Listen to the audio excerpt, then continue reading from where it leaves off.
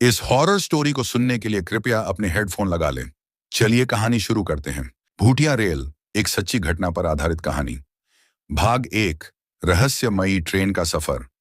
राजस्थान के एक छोटे से रेलवे स्टेशन धौलपुर में रात के करीब 12:30 बज रहे थे। स्टेशन पर सन्नाटा पसरा था। ठंडी हवा हड्डियों में चुभ रही थी।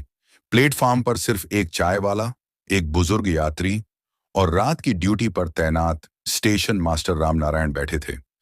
तभी अचानक लाउडस्पीकर से उद्घोषणा हुई, यात्रीगण कृपया ध्यान दें, गाड़ी संख्या 54723 भूटिया एक्सप्रेस धौलपुर जंक्शन पर कुछ ही मिनटों में पहुंचने वाली है।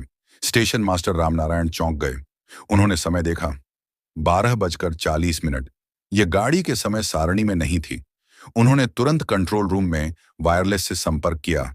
5-3 कौन सी गाड़ी है? हमारे चार्ट में तो नहीं है। उधर से कोई जवाब नहीं आया। रामनारायण का दिल जोर जोर से धड़कने लगा। उन्होंने चाय वाले से पूछा, तूने कभी इस ट्रेन का नाम सुना है? चाय वाले ने सिर हिलाया, नहीं साहब, पहली बार सुन रहा हूं। इतने में प्लेटफार्म पर दूर से एक ट्रेन की रोशनी दिखी। धीमी आवाज में सीटी बजती हुई ट्रेन धौलपुर स्टेशन पर आकर रुकी कि डिब्बों में अजीब सा अंधेरा था। उसमें से कोई भी यात्री नहीं उतरा, न कोई चढ़ा। रामनारायण ने हिम्मत जुटाकर एक कोच की खिड़की से अंदर झांका। वहां सिर्फ धुंध और कोहरा दिखा। सीटें खाली थीं, लेकिन ठंडी हवा चल रही थी, जैसे कोई अनदेखी शक्ति मौजूद हो। तभी उन्होंने देखा, प्लेटफार्म पर खड़े बुजुर्ग यात्री के चेहरे पर अजीब डर था। वह कांपते हुए बोले, यह ट्रेन नहीं, एक श्राप है भूतिया।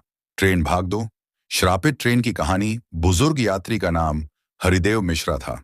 वे कांपती आवाज में बोले, यह वही ट्रेन है जो 1947 में गायब हो गई थी। उस दिन यह ट्रेन पाकिस्तान के लाहौर से चली थी। उसमें सैकड़ों यात्री थे, लेकिन यह कभी अपनी मंजिल तक नहीं पहुंची। बीच रास्ते में यह धुएं में बदल गई। लोगों ने इसे आखिरी बार राजस्थान के रेगिस्तान में देखा था, फिर यह गायब हो गई। तब से हर साल अमावस्या की रात को यह ट्रेन कुछ घंटों के लिए दिखाई देती है। रामनारायण को यह कहानी बिल्कुल अविश्वसनीय लगी, लेकिन उनके शरीर में अजीब सी सिहरन दौड़ गई। उन्होंने हिम्मत करके एक टॉर्च लेकर ट्रेन के पहले डिब्बे में झांका। तभी अचानक धप्पा, उनके ठीक पीछे किसी ने हाथ रखा। उन्होंने मुड़कर देखा, वहां कोई नहीं था। प्लेटफार्म पर खड़े सभी लोग भयभीत हो चुके थे। भाग 3, ट्रेन के अंदर की दहशत। रामनारायण ने अपने असिस्टेंट गोपाल को बुलाया और कहा, मैं इस ट्रेन में अंदर जाकर देखूंगा।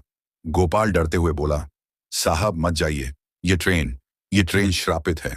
लेकिन रामनारायण ने हिम्मत करके एक डिब्बे में कदम रखा। अंदर अंधेरा था, लेकिन हल्की नीली रोशनी चारों ओर फैल रही थी। सीटें धूल से भरी थीं, मगर ऐसा लग रहा था कि हाल ही में कोई वहां बैठा हो। अचानक उन्हें सामने की खिड़की पर खून के छींटे दिखे। तभी ट्रेन धीरे धीरे हिलने लगी। रामनारायण घबराकर बाहर निकलने लगे, लेकिन दरवाजा अपने आप बंद हो गया। बाहर खड़े लोग चीखने लगे, साहब बाहर आइए, लेकिन ट्रेन चल पड़ी। भाग 4, मौत की गूंज। रामनारायण ट्रेन के अंदर फंस चुके थे। उन्होंने अंदर देखा, सामने एक धुंधली आकृति थी। वह एक महिला थी जिसने सफेद साड़ी पहनी थी और उसकी आंखें खून से लाल थीं। महिला धीरे धीरे आगे बढ़ी और बोली, तुम यहां क्या कर रहे हो? ये ट्रेन हमारी है, तुम इसमें नहीं रह सकते। रामनारायण की सांसें रुकने लगीं। वे दरवाजे की तरफ भागे, लेकिन दरवाजा बंद था। तभी ट्रेन की खिड़की से उन्हें बाहर का दृश्य दिखा, रेगिस्तान और उसके बीच में अधजले कंकालों का ढेर। तभी अचानक महिला जोर से चीखी, चले जाओ। रामनारायण ने अपनी आखिरी ताकत लगाकर ट्रेन की खिड़की से छलांग लगा दी। भाग 5, अंतिम रहस्य। जब रामनारायण होश में आए तो वे स्टेशन के प्लेटफार्म पर पड़े थे। गोपाल और अन्य कर्मचारी उनके पास खड़े थे। साहब आप ठीक हैं? गोपाल ने पूछा। रामनारायण ने तुरंत प्लेटफार्म पर देखा। वह ट्रेन गायब हो चुकी थी। हरिदेव मिश्रा बोले, मैंने कहा था ना, यह ट्रेन भूतिया है। यह हर साल अमावस्या की रात आती है और फिर गायब हो जाती है। रामनारायण ने कंट्रोल रूम में वायरलेस चेक किया। आज रात कोई ट्रेन शेड्यूल में नहीं थी। तब से धौलपुर के उस स्टेशन पर अमावस्या की रात कोई भी ड्यूटी करने से डरता है। लोग कहते हैं कि जिसने भी उस ट्रेन में चढ़ने की कोशिश की, वह कभी लौटकर नहीं आया। अगर आपको ऐसे ही डरावनी और रोमांचक हॉरर स्टोरी सुनने के लिए हमारे इस चैनल को सब्सक्राइब करें।